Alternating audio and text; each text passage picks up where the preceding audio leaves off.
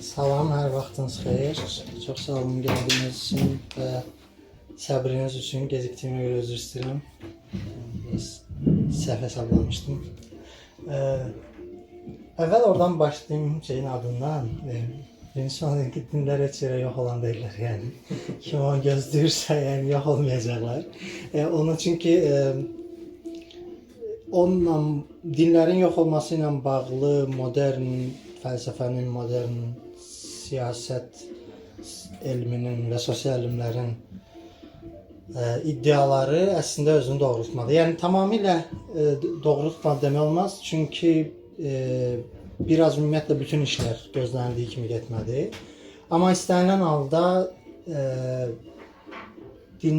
sekulyarlaşma tezisi deyilən bir şey var da, yəni sosial elmlərdə deyirlər ki, yəni qısaca bu deməkdir ki, tarixin bir tərəqqisinin bir istiqaməti var, tarixin bir yönü var və bir çox şey bununla dəyişir, azadlıqlar artır, rifah artır və onlardan biri də sekulyarlıq səviyyəsinin artacağı idi yəni.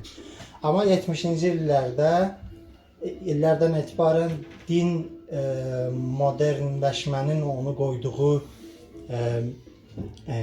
şəxsi həyat sferasına sırışmadığını belə deyək, açıqca elan edir və ictimai sferaya qayıtdı. Və bundan sonra bütün din sosioloqları o sekulyarlaşma tezisini revizə eləməyə başladılar. Yəni indi artıq siz hər hansı, məsələn tutaq ki, sekulyarlaşma tezisinin ən yaxşı, ən belə populyar nəzəriyyəçilərindən biri Peter Berger. Məsələn, onun 60-cı illərdə yazdığı kitablarda siz oxusanız görərsiniz ki, o dünyanın bir istiqamətdə, dünyada bütün cəmiyyətlərin bir sekulyarlaşma istiqamətində getdiyini deyir. Amma məsələn 2010-cu ildə, 11-ci ildə vəfat edib Berger. Amma məsələn 2000-ci illərdə yazdığı kitabların hamısının, bir neçə kitab yazıb, hamısının girişində ondan başlayır ki, yox, dünya qaçılmaz olaraq tam sekulyarlaşmaya doğru getmir. Bunlara qayıdacağım birazdan, sadəcə giriş üçün bunları dedim, amma ümumiyyətlə sekülərizm nədir sualından başlayaq. Sekülərizmə bir neçə cür tərif verilir, amma ən belə bəsit və ən belə hər şeyi, bütün sekülərizm növlərini əhatə edə biləcək çox daha bəsit bir tərifdən məncə tərifi seçmək daha yaxşıdır. Belə deyək, sekülərizm dinlə dövlətin bir-birindən tamamilə ayrılmasıdır. Bu onun birinci ayağıdır. Yəni, din və dövlət bir-birindən ayrılır. Dövlətin işində heç bir şəkildə hər hansı bir qrupun və ya əhalinin çoxunun, bir sektanın, bir dinin, bir məzhəbin görüşləri dövlətin verdiyi qərarlarda onun qanunvericiliyində rol oynanır. Bu sekülərizmin birinci şərti. İkinci şərt insanlara vicdan azadlığı deyilən şeydir. Buna ən qədim azadlıq deyirlər adətən, ya da birinci azadlıq deyirlər. Çünki Avropada aydınlanma başlayanda ən birinci tələblərindən biri formulasiya olunan ilk azadlıq tələbi elə vicdan azadlığı idi. Sekülərizmin ikinci şərti vicdan azadlığıdır. Yəni, hər kəs istədiyi dinə sitayiş edə bilər, dinini dəyişdirə bilər, istədiyi dini təbliğ edə bilər, dinsiz ola bilər, onu da təbliğ edə bilər. Yəni, mütləq vicdan azadlığı. Bu sekülərizmin ikinci şərtidir. Üçüncü şərti də dövlətin, birincidə dedik ki, heç bir məzhəbə görə qanun qoymur, öz baxışlarını, heç bir məzhəbi öz qanunvericiliyinin, öz fikirlərinin əhaliyə yeritmir güc vasitəsilə və ya yumşaq güc vasitəsilə. Üçüncü şərt də odur ki, dövlət fərqli dindən olanları təqib eləmir. Yəni burada, amma bu təbii ki, ümumi ictimai nizamı pozmamaq və başqalarının azadlıqlarını əzməmək şərti ilə. Məsələn, tutaq ki, sekulyar olan dövlət yenə də, məsələn, müsəlman bir ölkədə müsəlmanların qadınların mirasdan 2/1 pay almasına imkan verə bilməz. Yəni, əgər kimsə öz övladına, öz mirasının 3/2-sini oğluna, belə deyək, 3/1-ni qızına verirsə, dövlət buna daxil eləməsi onun sekulyar olmadığı demək deyil. Əksinə bu sekulyarlığın şərtidir ki, çünki qanun, yəni mülkiyyət hüququnda dinin tələbini qeydə almamalıdır. Yəni insan hüquqları tərəfindən baxmalıdır. Ya bu belə indi bu hər dəfə sekülərizm deyəndə, sekülərizmdən danışanda, sekülərləşmə deyəndə bu tərifi ağlınızda saxlayın. Yəni bundan bəhs edirik biz. Yəni söhbət Azərbaycan dilində adətən hətta mənim əgər səhv xatırlamıramsa hüquqşünas var bəlkə aranızda. Əzizim mən məktəbdə yadımdadır ki, biz məsələn konstitusiyada məsələn dünyəvi dövlət deyirdik. Hə, din dövlətindən adı Azərbaycan dünyəvi respublikası deyirdik. Amma mən dünyəvi tərcüməsinin sekülərizm mənasında çox da adekvat olmadığını düşünürəm. Məncə sekülyar sözünü saxlamaq daha yaxşıdır. Çünki əslində sözün hərfi mənasında sekülyar da elə Latın dilində təxminən dünyəvi kimi də zaman da mənası var. Yəni əsr, era, çağ elə bir mənalar da var. Amma yəni yenə də bütün hallarda bu dünyaya aid deməkdir. Yəni axirət dünyası ilə bağlı heç bir tələbi olmayan və ya ona o gözlənilən dünyaya görə bugünkü həyatı nizamlamayan deməkdir sekülyar. Amma istənilən halda məncə dünyəvi yaxşı tərcümə deyil. Çünki məsələn dünyəvi, yəni yenə bu uxravi olmayan, sadəcə dünyəvi olan mənasında dünyəvi deyəndə məsələn ateist dövlət bir dövlətdə tarixdə bir dənə olub. Albaniya, Ənvər Xocanın Albaniyası konstitusiyasında ateizmi elə bil ki, necə, yəni İranda necə rəsmi din İslamdır, orada da ateizm olub yəni. Buna dünyəvi demək olar mı dövlətə? Çünki yəni bütün axirətlə bağlı hər şeyi kənara qoyub. Amma sekulyar demək olmaz. Çünki burada da yenə bir dini görüşü indi mübahisə, yəni ateizm dini görüşü deyil. Amma dinlə bağlı yenə də dinlə bağlı bir görüşü, bir mövqeni dövlətin rəsmi ideologiyasına çevirdiyinə görə bu dövlət də sekulyar deyil əslində. Bu da bir növ qeyri-sekulyar dövlət. Ümumiyyətlə sekülərizmin necə başladığına, sekulyarlaşmanın necə başladığına, yəni Avropada başlayıb aydın məsələdir, qərb fenomenidir. Şərqdə necə olub, necə olmayıb, niyə olmayıb və ya var ümumiyyətlə olubmu? Ona qayıdacağam. Qərbdə başlayıb əslində sekulyarlaşmanın birinci şərti reformasiya olub. Yəni Katolik kilsəsinin o 15-ci əsrdə protestantların katolizmdən ayrılması sonraki sekulyarlaşma prosesi üçün əslində mühit yaradır. O olmasaydı sekulyarlaşma olmazdı. Ya bunu da deməkdə məqsədim o deyil ki, protestantlar daha sekülyardılar. Sadəcə tamamilə güc münasibətindən bağlı. Yəni protestantlar əslində Avropanın erkən modern dövrün tarixini bilənlər bilirlər ki, məsələn Luther o dövrün papalarından daha fanatik dindar idi ya da Calvin ya da Münzer. Amma məsələ arasındadır ki, kilsənin əlində həm maddi, həm də siyasi bir hakimiyyət vardı Katolik kilsəsinin əlində. Protestantlar buradan ayrılandan sonra bu iqtidarı, bunu çox vaxt Roma papasının milli monarxiyalar, ayrı-ayrı ölkələrin monarxiyaları üzərində hakimiyyət iddiasının qarşısını almaq üçün, daha doğrusu ona qarşı gəlmək üçün, ona qarşı əllərində silah olsun deyə bir çox ölkələrin monarxları reformasiyanı dəstəkləmişdir. Məsələn, ən məşhur Almaniyanın, Avstriya, Almaniyanın bəzi dövlətləri, Skandinaviya dövlətləri ya da İngiltərə məsələn, şimdi Böyük Britaniya krallığı o vaxt, İngiltərə krallığı. Bunlar reformasiyanı dəstəkləmişlər. Səbəb də, məqsəd də o idi ki, Roma papasının əlindəki iqtidar zəiflətsinlər və ondan asılılıqlarını azalsınlar. Asılılıq deyəndə yəni ondan hesablaşma məcburiyyətində idilər və bu onun gücünü azaltmaq üçün reformasiyanı dəstəklədilər. Nəticə nə oldu? Nəticə oldu ki, artıq yeni qurulmuş protestan icmasının əlində siyasi hüquq yox idi. Bütün hüquq dövlətin əlində idi, monarxın əlində idi və bir çox hallarda kilsənin başçısı monarx özü idi. Yəni necə Katolik kilsəsinin başçısı Roma papasıdır, Anglikan kilsəsinin başçısı da İngiltərə kralıdır. Yəni hər hansı keşiş, episkop, arxibiskop heç biri deyil. Yəni İngiltərə kralıdır. Eyni şey Skandinaviya ölkələri içində keçərlidir. Bu ölkələr bu protestantlıq iqtidarın gücünü azaltdığı üçün, məsələn, bu avtomatik olaraq sənətdə və elmdə sekulyarlaşmaya gətirib çıxartdı. Çünki Qaliley hekayəsini hamı xatırlayır. Qaliley kilsənin qəbul elədiyi Aristoteles, yəni geosentrik nəzəriyyəyə qarşı heliosentrik nəzəriyyəni müdafiə edəndə kilsə onu cəzalandırmaqla təhdid elədi. Yəni bir növ cəzalandırdı, yəni onu işgəncə elədilər və fikirlərindən yayılması təbir edir və başqalarını məsələn başqa alimlər məsələn öldürdülər, Jordan Bruno və s. Biraz səbəbi qarşıdır, amma yenə də. Amma məsələn protestantlar o demək deyil ki, protestantlar məsələn məsələn tutaq ki, geoloqların, ilk çıxan geoloqların, tutaq ki, dünyanın Bibliyada deyildiyi kimi 4000-5000 yaşında yox, neçə milyard yaşında olduğu ilə bağlı ilk dəlilləri təqdim edəndə protestantlar da bunun müqəddəs kitaba qarşı olduğu üçün əleyhinə idilər bu fikri.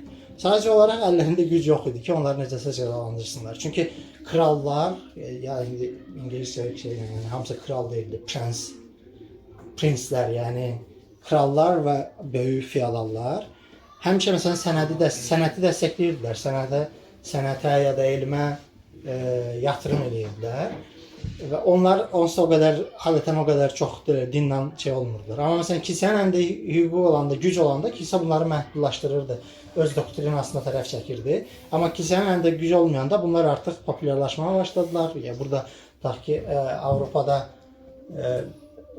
kitab çapının, mətbəənin yenidən kəşf olunmasının da rolu oldu ki, bu fikirlər məşhurlaşdı və s. Sekularizm, yəni sekulyarlaşma özü, əslində gündəlik həyatın bir növ sekulyarlaşması və biliyin sekulyarlaşması, əslində sekularizm nəzəriyyələrindən əvvəl başlayır bu mənada. Amma yenə də kilsənin, Fransa nümunəsində, kilsənin böyük gücünün olması, Fransa monarxiyasını, Fransa feodal quruluşunu tənqid edənlərin tənqidlərinin ən böyük hədəflərindən birinin, bəlkə də birincisini, yəni çünki kralı o qədər sərt tənqid eləmirdilər əslində. Daha çox kilsəni tənqid edirdilər. Kilsə və bunların bütün tələbləri əslində bayaq dediyim kimi ilk azadlıqla bağlı idi. Yəni insanlar istədiklərinə inanmalıdırlar, vicdan azadlığı, freedom of conscience. Yəni insanlar istədiklərinə inana bilərlər, dinlərini dəyişdirə bilərlər və s.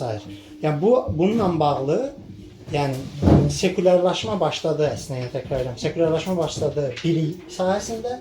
İlk olaraq sekülərizm nəzəriyyələri başladı vicdan azadlığının müdafiəsi ilə. Bunlar amma məsələn sekülərizm nəzəriyyələrində tutaq ki, fransızlarla məsələn ingilislər arasında çox əhəmiyyətli fərq var. Məsələn bu dövrdə ingilislərlə də Britaniyalılar da, onların bir çoxu Şotlandlı amma yəni o məsələn fransızlar əslində vicdan azadlığının, mütləq vicdan azadlığını, bir də dövlətlə dinin bir-birindən ayrılmasını müdafiə edirdilər. Amma məsələn John Locke vicdan azadlığını müdafiə edir, amma bir şərt altında. Məsələn deyir ki, bütün protestantların vicdan azadlığı təmin olunmalıdır, İngiltərədən söhbət edir. Bütün protestantların, yəni məsələn sən luteransan, anglikansan, kalvinistsən, fərqi yoxdur. Sənin hansı dinə inanmağa dövlət müdaxilə eləməməlidir. Amma katoliksansa yox, katolik ola bilməzsən İngiltərədə. Yəni katoliklər təqib olunmalıdır və ateistlər təqib olunmalıdır. Çünki ateistlərin əsaslanması da budur ki, ateistlərə inanmaq olmaz. Məsələn, bir şeyə, müqəddəs bir şeyə inanmadıqları üçün, məsələn, məhkəmədə şahidlik edərkən andları qəbul oluna bilməz. Katoliklər ona görə təqib olunmalıdırlar ki, katoliklər yad bir, yenə də prins, yad bir hökmdara tabidirlər. Yəni, kilsənin başı Roma papası olduğuna görə deyirlər ki, yəni, John Locke deyirdi ki, katoliklər əslində bir növ xaricdən maliyyələşirlər də, xarici bir qüvvənin təsiri altındadırlar. Bu sekulyarlaşma ideyalarını indi gələn böyük sosioloqlarda da hamısı yenə bu ilk başda sekulyarlaşma ilə bağlı tələbləridir. Artıq 19-cu əsrdə, Viktorian dövrdən sonra sekulyarlaşmanın bir arzu olmaqdan çıxıb bir növ bir reallıq olmağa başladı. Yəni çünki Fransa inqilabı bir növ kilsənin gücünü xeyli sarsıtdı Fransada. Eyni zamanda digər ölkələrdə reformasiyadan sonraki proseslər, məsələn Hollandiyadakı Hollandiya inqilabı, Niderland inqilabı və bunlar kilsənin gücünü sarsıtdılar və onsuz da kilsə protestant ölkələrində dövlətin tabeliyində idi və artıq 19-cu əsrdən etibarən din bir siyasi güc olaraq artıq o qədər böyük problem deyildi. Bir dünya görüşü olaraq problemidir. Burada da 19-cu əsrdəki nəzəriyyəçilər artıq dinin necə yox ola biləcəyini müzakirə eləməyə başladılar. Yəni nə olmalıdır ki, din yox olsun? Yəni artıq əlində elə bir siyasi güc yoxdur. Amma məsələn insanların gündəlik həyatına böyük təsiri var, insanların dünyanı başa düşmə şəklini bir çox insanın təyin eləyir. Eyni zamanda bir bilik sistemidir və dünya ilə bağlı elmə alternativ bir baxış, bir biliklər sistemi təklif edir və s. Bununla bağlı aydınlanma filosoflarının və sonra tutaq ki, Marksın da Marks'ı ayrıca qeyd edəcəm. Çünki məsələn Bakunin amma bu kateqoriyadadır. Məsələn bir çoxu deyirlər ki, insanlar ona görə dinə inanır ki, çünki cahildirlər. Çünki bilmirlər. Yəni əgər bilsələr, tutaq ki, elm bir çox şey məsəl üçün də deyək ki, məsələn bir nümunə verim. Tutaq ki, məsələn İslamda Məhəmməd peyğəmbərdən hədis var ki, məsələn bir neçə şeyi, məsələn qeybi, nə bilim, bunu heç kim əvvəlcədən bilə bilməz bir çox şeyi. Məsələn o hədisdə adı çəkilən şeylərdən biri yağışdır. Hədis deyir ki, yağışın haçan yağacağını heç kim əvvəlcədən bilə bilməz. Tutaq ki, biz bunun təxminən iddia buna bənzəyir də, əgər elm ki, bugün elədiyi kimi, yəni yağışı bir həftə əvvəlcədən proqnozlaşdıra bilsə dəqiq bir şəkildə, artıq insanların dinə inanmayacaqlar insanlar. Bu təhsillə, yəni əslində maariflənməklə dinin yox ola biləcəyi ilə bağlı iddia edir. Marks isə deyirdi ki, əslində dinin, Marksın məşhur statını hamınız bilirsiniz də o. Din xalqın tiryəkidir. Bu hüquq fəlsəfəsinin tənqidində. O çox uzun bir statdır əslində də. Sovet vaxtı orası çox məşhurlaşdı. Din ruhsuz dünyanın ruhudur, qəlbsiz dünyanın qəlbidir, nə bilim. Belə yəni əslində statın mənası budur ki, ona görə dünyada bir əzab var. Bu sinifli cəmiyyətdən, bərabərsizlikdən qaynaqlanır və insanlar bu vicdansız dünyanın vicdanıdır. Yəni bu əzablarının məna axtarırlar. Əslində bir növ o mənasız olan, yəni heç bir final son bir mənası olmayan, son təhlildə heç bir mənası olmayan bu əzablarına məna axtarırlar və dinə yönəlirlər. Ona görə Marksa görə əgər sinifli cəmiyyət yox olsa, bərabərsizlik yox olsa, istismar yox olsa, onda din də tədricən yox olacaq. Əslində bu Marksın məktublarında var ki, məsələn deyir ki, ola bilər ki, insan siyasi cəhətdən azad olsun, azadlaşsın. Yəni liberated, yəni şey. Amma məsələn dini baxımdan olmasın, yəni insan ola bilər ki, heç bir istisna ola bilər bunu deyir. Amma yəni bir sosial bir fenomen olaraq dinin yox olacağını Marks da proqnozlaşdırırdı. Mən sonrakı dövrün Arnold Ruge ilə məşhur məktub var. O bayaq dediyim mövqe kimi Ruge deyir ki, artıq növbəti əsrdə böyük ehtimal ki, din aradan qalxacaq, çünki elm hər şey izah edir. Marks onun cavabında deyir ki, dinin var olmasının səbəbi işte elmin nəsə izah edilməsi deyil. Ona məsələn çox maraqlıdır. Onu Marks başa düşmüşdü, oxumuşdu məktubu. Amma şeydə var, Marks'ın Religion kitabı var belə, onun bütün dinlə bağlı şeylərini yığdığı. Məktubun qarşı tərəfin adı yadında deyildi şəxsən. Orada məsələn Sovet bunu başa düşməmişdi əslində. Ora gələcəm, çox qısa da danışacağım Sovetlə bağlı. Sovetlər də fikirləşirdilər ki, məsələn belə dogmatik şəkildə biz çünki məsələn Sovetin sonradan Xruşov dövründə məsələn sosial olaraq şeyləri baxsaz din ateist kampaniyaya baxsaz.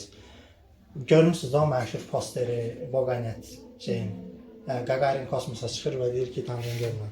Əslində Gagarin onu deməyib, amma ona bənzər bir şey Titov deyib, başqa bir kosmonavt. Titov Amerikada ya da Kanadada bir o vaxt olurdu belə expolarda, böyük sərgilər. Orada məsələn SSR pavilyonda SSR'in təmsilçilərinin bir də kosmonavt sima kimi Titov dayanır və orada mübahisəsi var bir keşişlə ki, o deyir ki, bəs əslində çox da məntiqsiz deyil. Çünki xristianlar orta əsrlərə qədər Tanrı göydə edirdilər, yəni tərtəmiz göydə edirdilər. Məsələn, hətta indiyə kimi də düz dünyasılar deyirlər ki, bəs orada göy qübbəsi var, kosmosa getmək mümkün deyil, çıxa bilməzsiniz oradan. Yəni o çünki bir dam kimi bir şeydir. Titov demişdi onu, amma o məşhur posterdə Qaqarindir və orada da yəni Sovetin təbliğatında şey vardı. Biz hər şeyi izah elədik, artıq dinə yer yoxdur, amma insanlar inanmağa davam edirlər. Marksdan sonra sosioloq, məsələn Weber yenə dinin yox olacağını, dinin getdikcə yox olacağını proqnozlaşdırırdı, amma onun dayandığı nöqtə başqa yerdən idi. Weber ümumiyyətlə modernləşmənin ya kapitalizmin bir növ demistifikasiya gücü olduğunu düşünürdü. O deyirdi ki, onsuz da həyatın hər yerindən sirli şeylər hamısı yəni itir gedir də, yəni modernizm bunların hamısının kökünü qazır. Yəni onsuz da yəni əvvəlki kimi biz dünyanı belə sirli, başa düşmədiyimiz qaranlıq bir şey kimi görmürük. Yəni bir çox şey izah edə bilirik, gələcəkdə bir çox daha şeylər də izah edəcəyik. Dünya ilə münasibətimiz və cəmiyyətlə münasibətimiz bürokratikləşir və ona görə bu sistemdə daha çox sirli, bilinməyən, yəni o biyon ingiliscəsində də o fövqündə bir şeyin olduğu bir dünyada yaşamağımız üçün. Ona görə dinin yox olması yəni qaçılmazdır. Yəni Weber düşünür. Sen Durkheim yenə Durkheim mənəcə tərəfsi olur əslində. Durkheim isə deyirdi ki, dinin yox, eyni şeyi yenə proqnozlaşdırırdı, sekulyar, yəni qaçılmaz olaraq sekulyarlaşma tezisini. Amma dinin niyə yox olacağını onun başqa bir deyirdi ki, çünki dinin deyirdi ki, hər cəmiyyətdə, Durkheim nəzəriyyəsi maraqlıdır ümumiyyətlə, yəni bir çox yerdə də əslində yəni istifadə eləməyə yararlıdır. Yəni bir çox şeyi izah eləmək üçün bəzən görsən ki, işləyir. Məsələn deyirdi ki, din orta əsrlər cəmiyyətinin, belə deyək, əslində antik cəmiyyətin, yəni xristianlıq, katolisizm nümunəsində Durkheim fransızdır, Fransa katolik ölkədir. Katolisizm münasibətində deyir ki, bu bir feodal cəmiyyətin, orta əsrlər cəmiyyətinin bir kodeksidir, dəyərlər sistemidir. Biz iqtisadi olaraq buradan çıxmışıq, artıq o cəmiyyətdə yaşamırıq. Yəni Fransa inqilabı aristokrasiyanı məhv elədi demək olar. Yox elədi, yarısını öldürdü, gilyotinlə, yarısı tutaq ki, öz hüquqlarından imtina elədi. Onsuz da onların hüquqları, ayrıca imtiyazları ləğv olundu və s. Biz bu dünyada, elə bir dünyada yaşayırıq ki, artıq bu dünya o dinin, katolik dininin spesifik olaraq hakim olduğu, yəni işlədiyi, nizamladığı cəmiyyət deyil. Biz yeni bir dünyada yaşayırıq və bu dünyada o cəmiyyət işləmir. Amma bunu Durkheim bir mütləq mənada bir yaxşı bir şey kimi demir. Çünki Durkheim ümumiyyətlə bu nəzəriyyəni ilk olaraq sonradan onun İntihar adlı kitabı var. İntihar haqqında, ümumiyyətlə intihar haqqında yəni. Amma o kitabda ilk dəfə bu inkişaf elətdirməyə başlayır bu nəzəriyyəni. Anemiya elə tərcümə olunur ki, anemiya yəni. Çox vaxt ingilis dili ədəbiyyatda fransızca kimi Fransızların yazdığı kimi yazırlar. Bilməm, Azərbaycanda anemiya deyirlər, anemi deyirlər, dəqiq bilmirəm. O deməli deyir ki, bu indiki bizim yaşadığımız vəziyyət anemiya vəziyyətidir. Yəni dəyərsizlik vəziyyəti. Orada nomos sözündən dəsnə anemiya, yəni bir dəyər yoxdur. Nə mənada? Köhnə cəmiyyətdə yaşayırdıq. İndi artıq iqtisadi olaraq, mədəni olaraq, bilik olaraq həmin cəmiyyətdə yaşamırıq. Köhnə cəmiyyətin dəyərləri bugünkü cəmiyyətə tətbiq olunmur, işləmir burada. Bugünkü cəmiyyətin də öz dəyərləri hələ oturuşmayıb, hələ yaranmayıb, yeni dəyərlərlə təkamül keçirməyib. Ona görə biz anemiya vəziyyətində hazırda. Yəni dini dəyərlər işləmir, yeni dəyərlərimiz yoxdur. Bir növ dəyərsiz qalmışıq. Yəni məsələn bunu fərd səviyyəsində fərdin belə bir hala düşdüyü şeydə intihara gedir fərd. Yəni tutaq ki, köhnə dəyərlərindən ayrılır, yeni dəyər tapa bilmir, həyatı mənalandıra bilmir, həyata məna verə bilmir və s. və nəticədə tutaq ki, həyatına son verir və s. Ümumiyyətlə bu nəzəriyyələr 70-ci illərə qədər əsdi. İlk demək olar ki, ilk kitab bunu ayrı-ayrı məqalələr var. İlk kitablar 80-ci illərdə çıxmağa başlayır İran inqilabından sonra. Bu nəzəriyyələr hamısı 70-ci illərin axırına kimi əslində dinlə, kapitalist cəmiyyətin münasibətlərini müəyyən qədər indi o din sosioloqunun ya da ümumiyyətlə nəzəriyyəçinin dünya görüşünə görə, hardan baxdığına görə hamısı yaxşı. Biz düşməyək. Siz zəhmət olmasa həll eləyərik. Yəni hamısı şeylə bağlı, hamısı bu nəzəriyyələrdən biri ilə açıqlayırdılar dinlə dünyanın münasibətini. 70-ci illərdə bir şey dəyişdi. Yəni birinci 60-dan başlamaq lazımdır. 62-dən 65-ə kimi İkinci Vatikan Kilsə Məclisi deyilən bir Vatikanda bir məclis, bir konsol, bir şura yığılır. Və bu əslində katolisizmin, ya protestantlıqla eyni problemi yox idi. Katolisizmin belə deyək də Qalileydən bəri modernləşməni inkar edən katolisizmin rəsmi olaraq modernləşmənin əslində sənədlərindən birinin adı da belədir. Modern halın condition. Modern halın legitimliyini qəbul edir katolik kilsəsi. Yəni deyir ki, biz qəbul edirik. İndiyə kimi məsəl üçün də şey deyirəm. Deyirlər ki, məsələn modernizm bir şeytani bir dünyada yaşayırıq, dəyərsiz bir dünyada yaşayırıq, hər şey icazə verilir və s. də modernizmi belə tənqid edirlər. İkinci Vatikan Kilsə Məclisi modernizmi legitim bir sistem olaraq qəbul edir və deyir ki, bundan sonra artıq modernizmin qoyduğu qaydalarla mübarizə aparacaq və artıq bunun bir neçə nəticəsi olur. Bunun ən barizləri əslində daha əvvəl başlayır, amma bu məclisdən sonra daha da sürətlənir, daha da böyüyür. Liberation Theologies, qurtuluş ilahiyyatı, qurtuluş teologiyası deyə bir cərəyan başlayır. Əslən Latın Amerikasında bunlar solun indiyə kimi, əsasən solun və bəzi hallarda tutaq ki, mərkəz solun da həll eləməyi üstünə götürdüyü və ya bu məsələləri tənqid eləməyin solun inhisarında olduğu hesab olunan məsələlərdə danışmağa başlayır kilsə. Yəni açıqca sonradan bu yaxınlarda bir-iki həftə öncə vəfat edən axırıncı papa məsələn tutaq ki, homoseksual haqlarını müdafiə edirdi. Yəni bunların hamısının 2-ci Vatikan Kilsə Məclisinə qədər bu tarixini aparmaq olar. Yəni əslində oradan başlayır. Orada ilk dəfə qəbul elədilər. Bundan sonra bir neçə şey olur, fərqli cinahlarda. Yəni din buna Jose Casanova onun ictimai dinlər ya da publik dinlər, modern dünyadakı publik dinlər adlı kitabı var. Orada din sosioloqudur. O məsələn bunu ilk dəfə bu dinin qayıtmasını, revival qayıtmasının nəzəri olaraq dəyərləndirən, sistemləşdirən ilk nəzəriyyəçidir. 90-cı illərin əvvəllərində yazdı bu kitabı. Və burada nə olur? Ümumiyyətlə din özünə modern dünya tərəfindən, dövlət tərəfindən layiq görülmüş, göstərilmiş yəni şəxsi həyat sferasında qalmaq tələbinə qarşı çıxır. Din əslində şey olmur, yəni ki, tamamilə hər yerdə bu şəriət istəyi kimi bir şeylə qayıtmır. Sadəcə din sosial məsələlərdən danışmaq öhdəliyi olduğunu və haqqı olduğunu deməyə başlayır. Məsələn, Latın Amerikasının ölkələrində bu qurtuluş ilahiyyatı kimi olur və məsələn, Nikaragua inqilabında çox vacib rol oynayırlar. Siz sandinizm, kommunizm kimi şeylər hə, onların sandinizm məsələn onun bir şeyinin adıdır. Daha məsələn Ernesto Cardinal falan.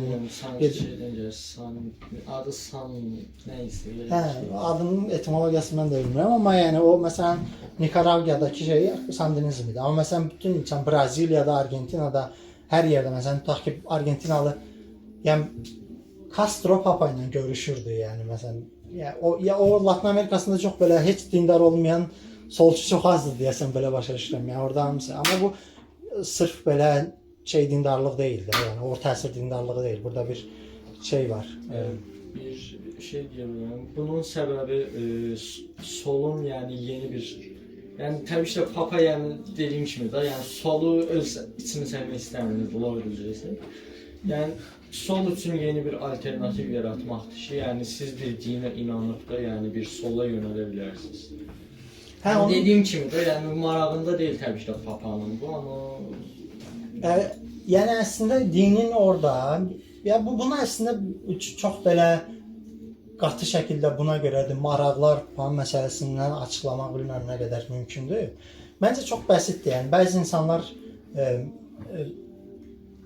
hazırki dünyanın ədalətsiz olduğunu, cəmiyyətin ədalətsiz olduğunu düşünürlər və eyni zamanda da dinə inanırlar və onlar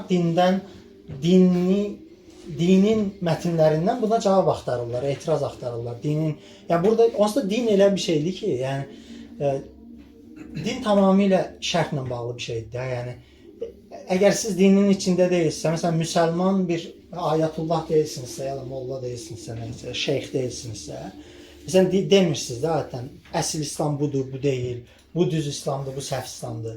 Siz istənilən bir şey deyə bilərsiniz. Məsələn deyə bilərsiniz ki, İslam əslində sosialistdir, yəni bir dindar olaraq. Kənardan baxan bir şərqşünas ya da bir İslamşünas sadəcə şey deyə bilər. Yəni mən məsələn deyə bilərəm ki, bax bu sol İslamdır, bu sağ İslamdır, bu millətçi İslamdır, bu şəriətçi İslamdır, bu modernist İslamdır. Amma məsələn deyə bilmərəm bunların hansı düzdür. Ona görə məsələn demək mənə problemli gəlir ki, demək ki, bunlar deyirlər ki, əslində dində var sinfi bərabərlik. Amma əslində yoxdur. Amma əslində kimə görə, nəyə görə əslində yəni? Onun inandığı elə bir xristianlıq təsəvvürü var ki, məsələn Latın Amerikasında orada bərabərlik var onun içində, yəni və bu İncildən buna kifayət qədər şey tapa bilərsiniz, yəni bilərlər, yəni Marks da yazmışdı bu haqqda. Lakin mənim siz necədir? Yəni dinlər ilk yarandığı vaxtlara misal göstərək. Yəni sol düşüncə şəklindən çıxıb məsələn, yanlış anlaşılmasın. Demək olar ki, bütün dinlərə. Yəni məsələn İslam xristianlıqla müqayisədə daha az. Amma xristianlıq çox aşkar şəkildə bəli, yəni çox alt siniflərin dinində xristianlıq. Uzun müddət Romada məsələn bunlar təqib olunublar. Yəni çünki məsələn din kimi olan bəzi sistemlər var ki, bunu demək mükəmməl sistem yaradaq kimi. Yəni mükəmməl məsələsi bilmirəm, onu nə qədər iddia eləmək olar. Əslində dinlər daha çox bizim danışdığımız buradakı İbrahimi dinlər, bizim bu coğrafi. Yəni 3 dənə dindir, Yəhudilik, xristianlıq. Bunlar üçü də apokaliptik dindirlər əslində. Ona görə burada mükəmməl sistem yaratmaqla bağlı bir dərdləri yoxdur. Əslində əlbəttə ki, işin gedişində yaradırlar. Yəni məsələn onların mükəmməlla bağlı təsəvvürü nədir? Məsələn bir müsəlmanın mükəmməl bir tərəfi hamı namaz qılır, hamı məscidə gedir, hamı saqqal uzadır. Xırda şeylər deyirəm də, biraz karikatura kimi. Bütün qadınlar başını örtür, zina yoxdur, qumar yoxdur, içki heç kim içmir. Bununla bağlı bir şeyləri var. O avtomatik o demək deyil ki, o sənin üçün ya da mənim üçün də mükəmməl dünyadır. Amma yəni onların mükəmməl dünya ilə bağlı xristianların məşhur bir şey var. Evangelistlərin çox təkrarladığını görürsünüz. The kingdom of Jesus is not in this world. Yəni İsa'nın krallığı bu dünyada deyil. Yəni o söhbət şeydən gedir, axirətdən gedir onsuz da. Mükəmməl dünya oradadır. Amma buranı da dəyişdirmək istəyirlər. Yəni çünki xristianlıq tamamilə alt siniflərin dinidir və demək olar ki, 2-ci əsrin eramızın 2-ci əsrin axırlarına, 3-cü əsrə qədər çox marjinal olur. Sonra, yəni 3-cü əsrdən etibarən daha sürətlə böyüməyə başlayır. 4-cü əsrdə artıq rəsmi dövlət dininə çevrilir. Amma istənilən halda dinin özündə elə onsuz da, yəni nə qədər sonra məsələn orta əsrlərdə papalar çox varlı idilər. Kilsənin çox böyük torpaqları vardı, çox böyük vergi alırdı, böyük sərvətləri vardı. Ayrı-ayrı təriqətlər vardı ki, çox varlı idilər. Bugün müsəlman məsələn indi İranda tutaq ki, ayətullahların əlində çox böyük sərvət var və ya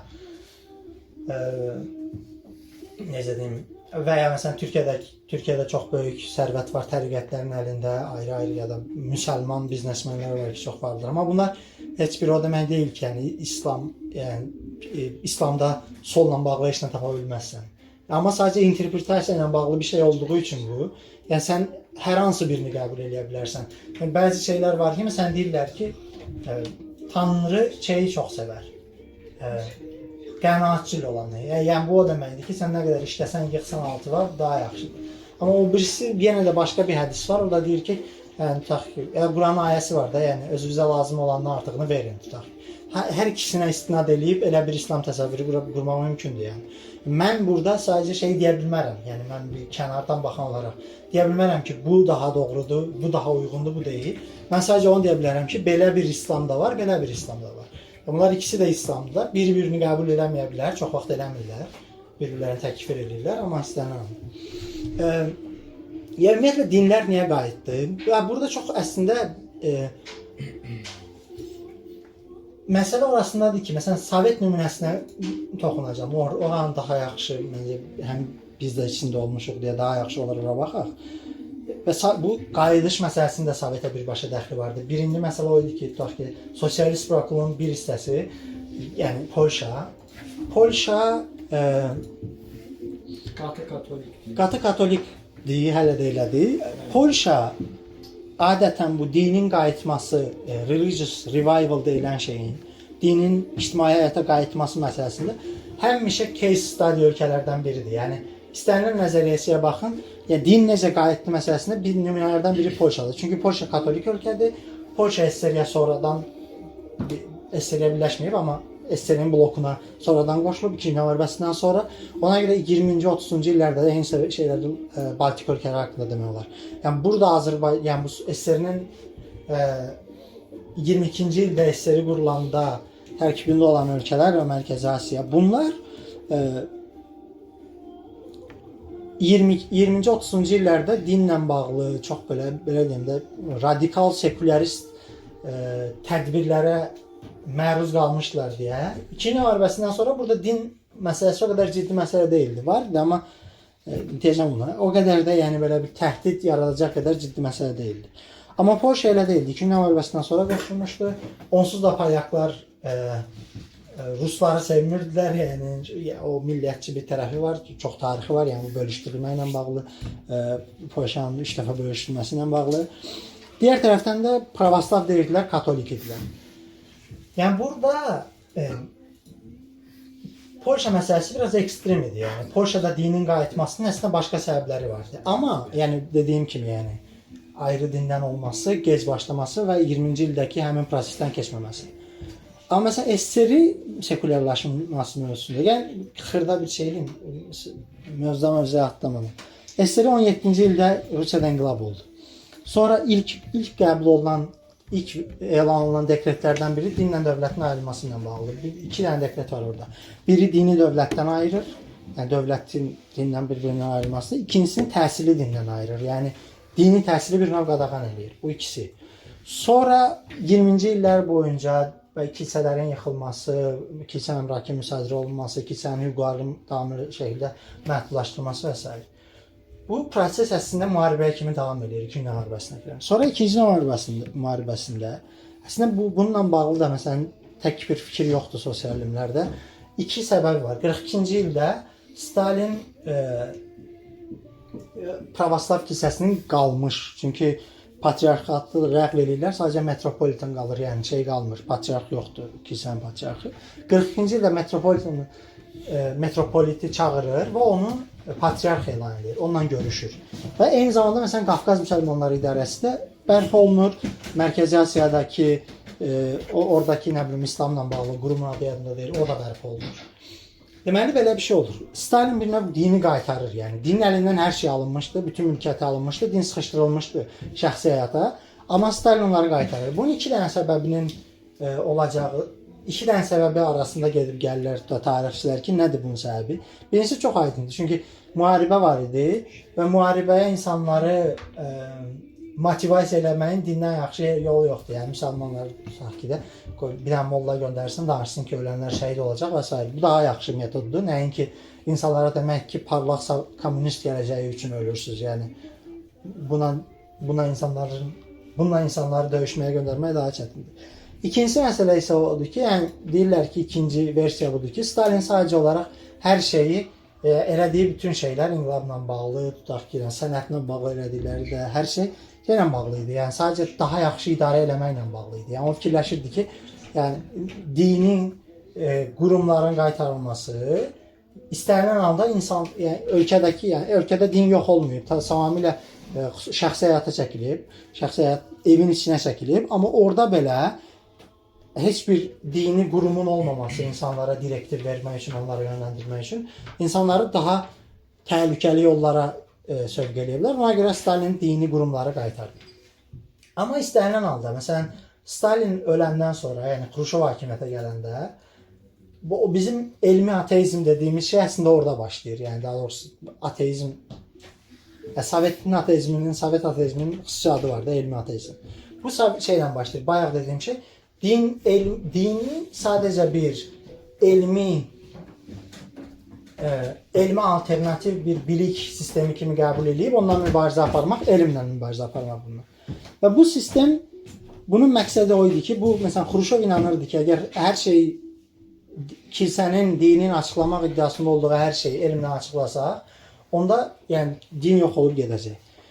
Burada indi bir problem var Sovetin siyasəti ilə bağlı və 60-cı illərdə artıq sosiologiya ilə bağlı Rusiya elmlər, SSR Elmlər Akademiyasında institutlar qurulur, sosioloji araşdırmalar olunur. Birinci araşdırmalar demək olar ki, dinlə bağlıdır, ilk araşdırmalar.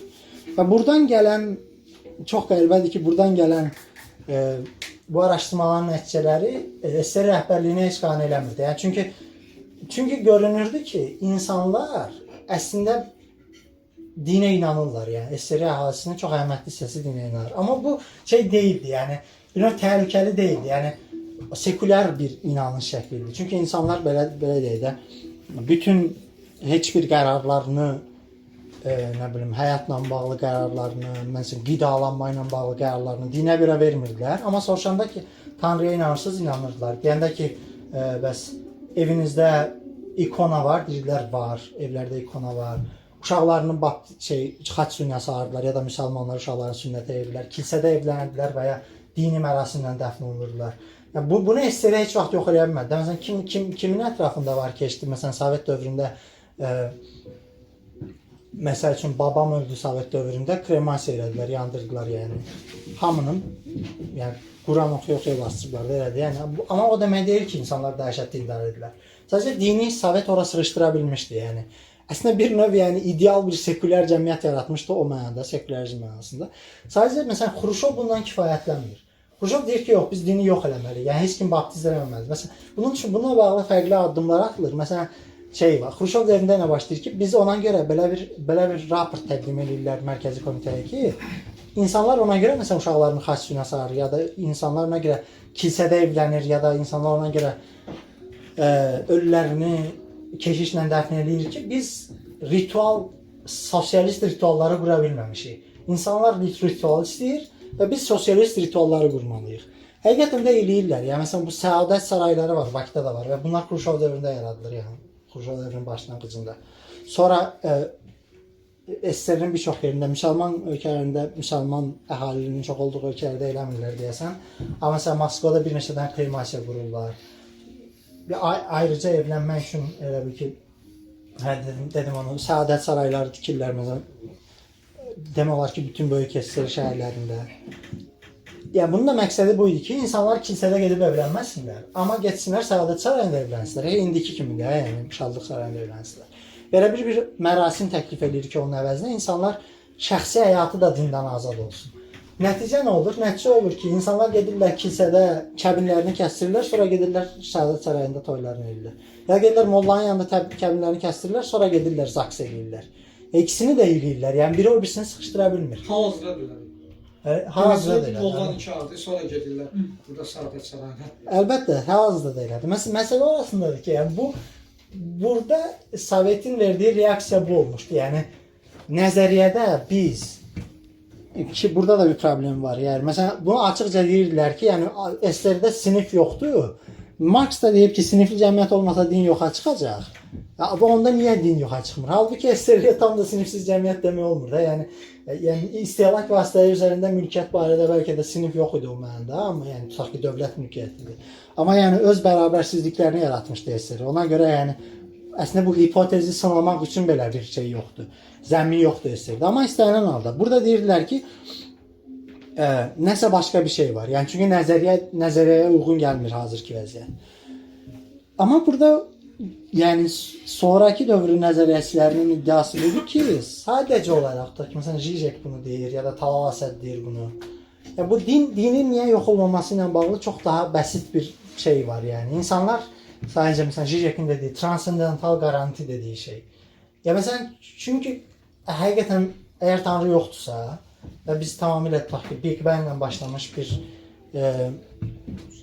kainatda təsadüf nəticəsində necəsə tutaq ki, isti okean dibindəki isti bacalarda necəsə hansısa kimyəvi proseslər nəticəsində yaranmış ilk canlının mutasiya nəticəsində dəyişərək sonradan şuur əldə eləmiş tutaq ki, belə deyək, törəməsi isə əslində həyatın elə bir özlüyündə özümüz yarada bilərik, amma həyatın bir mənası yoxdur, elə deyil. Yəni bunu məsələn hər kəs qəbul edə bilmir çox rahatlıqla. Yəni ona görə tutaq ki, və bu da işte o demək deyil ki, yəni hər kəs tutaq ki, işi də qoşulacaq. Bu işte o demək deyil yəni. İnsanlar məsələn sadəcə bir transendental garanti axtaracaqlar. Bu oturuşmuş dinlər də ola bilər, yeni dinlər də ola bilər, egzotik dinlər də ola bilər. Məsələn, tutaq ki, məscidə gedib cümə namazına gedən adamlara belə dırnaqarası baxıb, amma özü meditasiya ilə, meditasiya bəlkə çox yaxşı nümunə deyil, amma nə bilim, tutaq ki.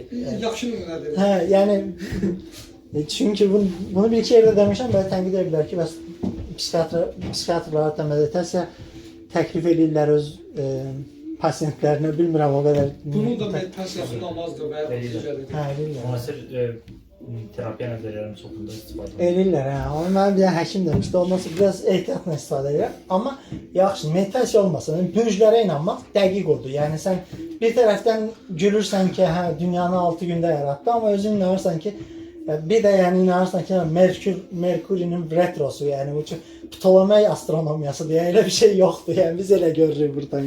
Yəni o qədər köhnə bir şeydir. Yəni ona görə dinin tamamilə yox olmasını yenə əvvəldə ilk cümlədə dediyim şeyə qayıdıram axırda.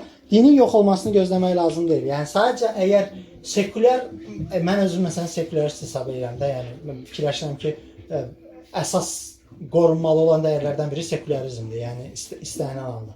Həm dindarlar üçün vacibdir bu, həm inananlar üçün, həm inanmayanlar üçün. Burada amma bir hədəfi şey qoymaq lazımdır. Yəni cəmiyyət əgər din şəxsi həyat səviyyəsinə geriliyibsə, burada artıq problem görməyə ehtiyac yoxdur. Yəni yenə də kim istəyirsə ateizmi təbliğ edə bilər. Amma bu isə o demək deyil ki, onu təhdid kimi görməlisən. Onsuz da yəni Azərbaycanda məsəl üçün bir qadın var, Polyak deyəsən. Amma Şərqi Avropalıdır. Adı soyadı yadından çıxıb şeydə var kitabı, amma bu dəqiqə baxmıram. Azərbaycanda sekulyarlaşma ilə bağlı, daha doğrusu Azərbaycandakı sekularizmin vəziyyəti ilə bağlı Sovet dağılandan sonra doktorluq dissertasiyası yazıb, sonra o kitab halında çap olunur. O gəlib Azərbaycana şey eləyib, 2000-ci illərdə sahə tədqiqatı eləyib, bir fieldwork eləyib. Və o qadın kitabında yazır ki, deyir ki, mən gedirdim evdə, kimə soruşurdum, kimisə gördüm, deyirdim ki, o snowball deyilən metodla eləyib də, bir nəfərlə danışıb, sonra onun məsləhət gördüyü adama gedirsən və s. Deyir ki, deyir, mən kimlə danışırdım, gördüm din haqqında heç nə bilmirlər. İndi bu mütəxəssisdir, bu İslamı öyrənib. Heç bir şey bilmirlər din haqqında. Deyir, bir dənə evə getdim Maçdağada. Kişi qayıtdı, dedi ki, bəs şeydir, dindən danışdıq, bizim dinimiz belə, Sovet gəldi, bizim dinimizi əlimizdən aldı, belə. Deyir ki, hə, mən dedim ki, nəhayət kimsə deyəsən tapdım da, burada o qədər də belə Sovet şeyində, sekulyar, Sovet adam olmayan birisi. Deyir, sonra axşam yeməyi şey eləyəndə, çıxartdılar, araq qoydular masanın üstünə. Qadın, adam bir rumka doldurdu, qaldırdı, dedi ki, Allah həm pis birimizi belə eləsin, bunu dırnaqda olduğu kimi Azərbaycanında verir. Yəni bizim din bizi içəndə məsələn Allah deyir. Məsələn bunu türklər yəni çox belə küfür kimi qəbul edirlər eyni şeyi yəni. Yəni məsələn donuz əti yemirlər türklər. Yəni onların şəxsi həyatı daha az sekulyarlaşıb. Azərbaycan o mənada bu Sovetin hələ də qalmış mirasıdır. Yavaş-yavaş eroziyaya uğrayır, amma sekulyar ölkədir və Sovet buna nail olmuşdu. Sadəcə çox qəribə şəkildə mənə məsələn aydın olmayan səbəbləri o qədər də aydın olmayan bir dogmatik bir şeydən Sovet bundan kifayətlənmədi. Və bu onun elə bil ki, o baxımdan baxanda onun sekulyarist layihəsinin uğursuz olduğu görünür. Yəni hədəfləri baxımından. Amma əslində yox idi. İndi istənilən halda Sovetin dağılması elə bir dövrə təsadüf elədi ki, din ictimai həyata qayıtdı.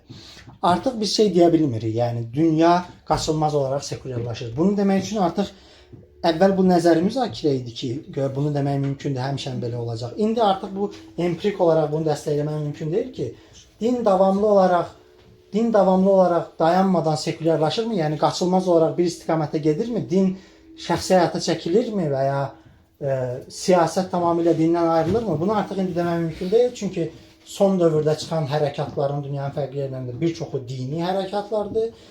Son dövrdə tutaq ki, münaqişələrin bir çoxunda dini çalar var. İran inqilabı ilə əslində bir növdə bu sekulyarlaşma tezisinin artıq müdafiə eləməyin çətinləşdiyini demək olar. IŞİD-lə və s. onlarla demək olar ki, artıq onu da müzakirə edən də qalmayıb. Yəni bu demək deyil ki, bir nəzəri alət olaraq tamamilə yararsızdır, amma elə bir tərəqqi istiqamətindən danışmaq mümkün deyil. Burada yenə sekulyarlaşma məsələsində də fərqli çehrələr var. Məsələn, ola bilər ki, həqiqətən bir cəmiyyətdə gündəlik həyat sekulyarlaşma istiqamətində getsin, amma siyasət elə olmaz. Məsələn, Türkiyə nümunəsi çox verirlər.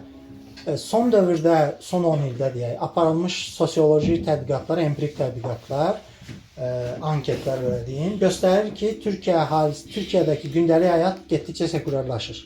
Məsələn, nədir bunun göstəricisi? Məsələn, Türkiyənin şərq əyalətlərində tutaq ki, şey yaparırlar. Soruşurlar ki, məsələn, ya da müşahidə edirlər ki, tutaq ki, 2080-ci illərdə Qarsda, Ramazan ayında heç bir açıq, gündüz heç bir açıq kafe olmurdu. İndi dolmuyor, yəni yeməkxanalar, restoranlar, hər şey açıqdır. Amma Qarslılar seçkilərdə səs verəndə namizədi dini görüşlərinə görə seçirlər. Ona görə seçirlər. Yəni, sadəcə ona görə yox, həm də ona görə seçirlər. Yəni, bu deməkdir ki, gündəlik həyat sekulyarlaşır. Yəni, sən artıq Ramazanda çöldə yemək yeyə bilirsən.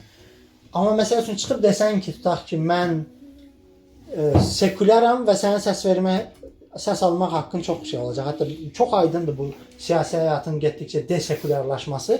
Çünki əvvəllər CHP hər hansı, 90-cı illərdə də, yəni bundan 25 il əvvəl CHP hər hansı bir partiyanın seçkilərdə dini mesaj verməsinə və ya dindən istifadə eləməsini çox sərt tənqid edirdi. Yəni belə aləm vurdular bir-birlərinə ki, bunlar şeriat əldən gidiyor.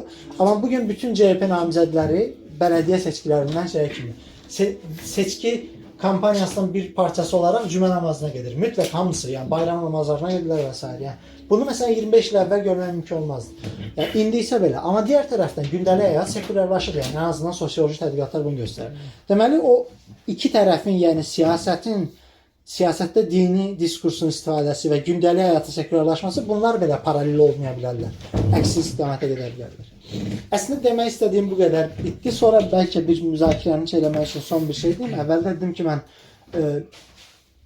bunu istəyirəm müzakirə edelim çünki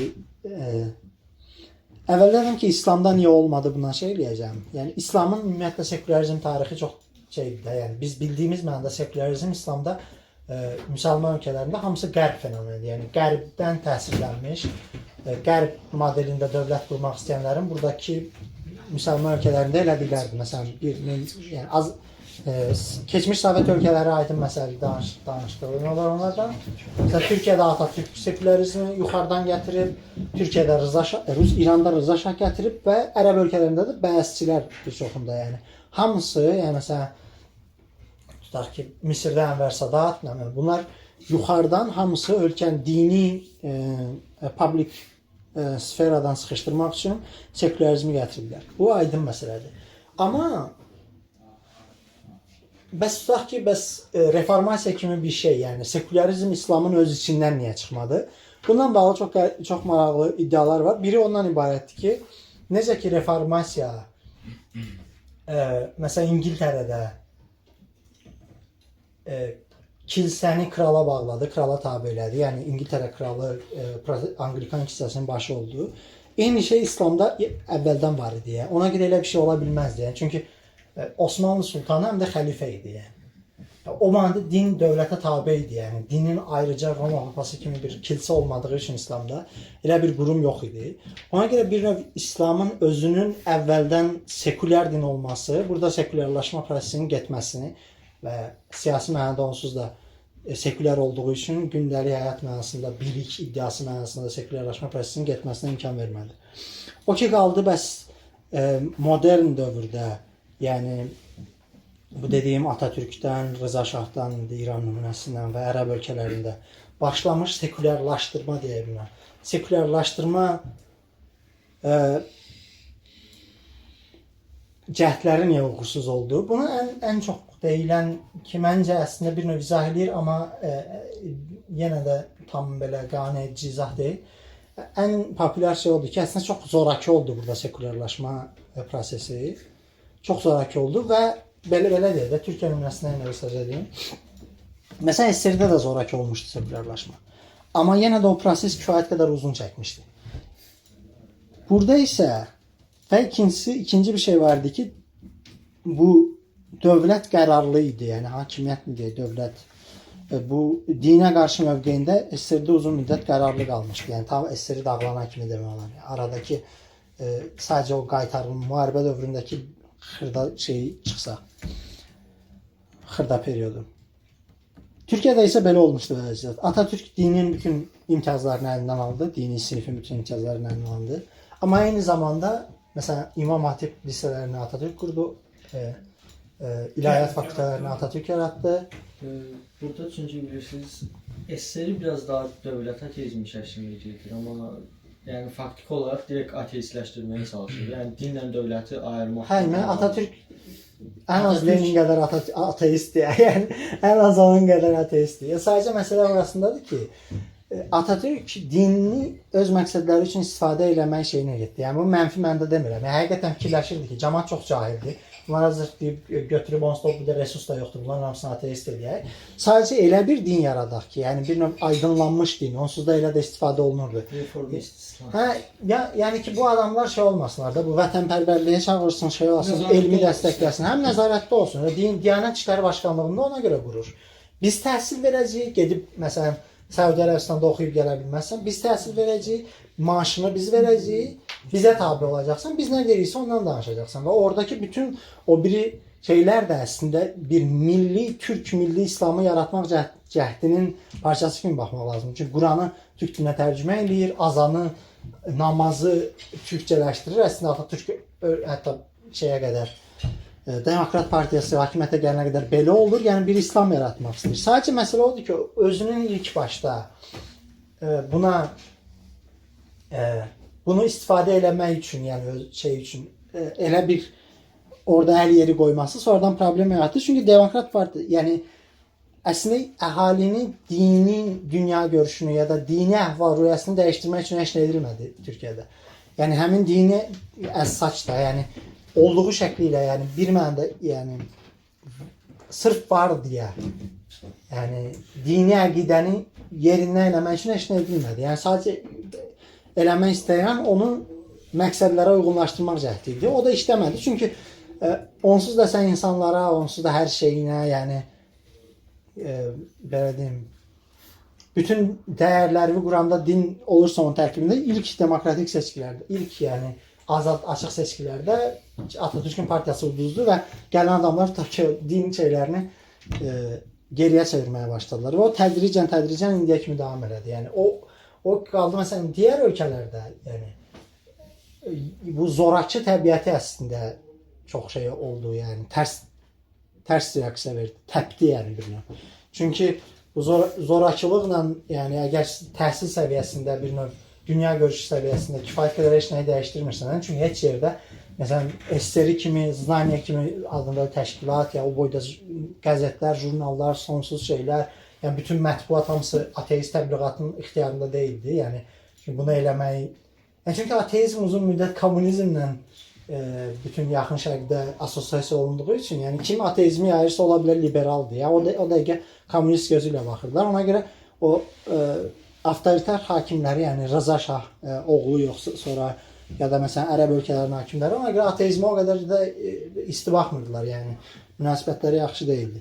Və onların ona görə də bir tərəfdən dini repressiv, dinin hakimiyyət iddiasına repressiv metodlarla sıxışdırıb, digər tərəfdən dinin bilik iddiasına, əxlaq iddiasına, kodeks iddiasına heç nə eləmədikləri üçün son nəticədə belə bir şey oldu ki, o ölkələrdəki bütün sekulyarist qazanclar hamısı geriyə çevrildi və yəni yenə dini cəmiyyətlərə qayıtdılar. Yəni demək olar ki, hamısı əksəriyyətdir. Bəzi Şərqi, Şimali Afrika ölkələrində istisna var. Belə çox sağ olun dinlədiyiniz üçün.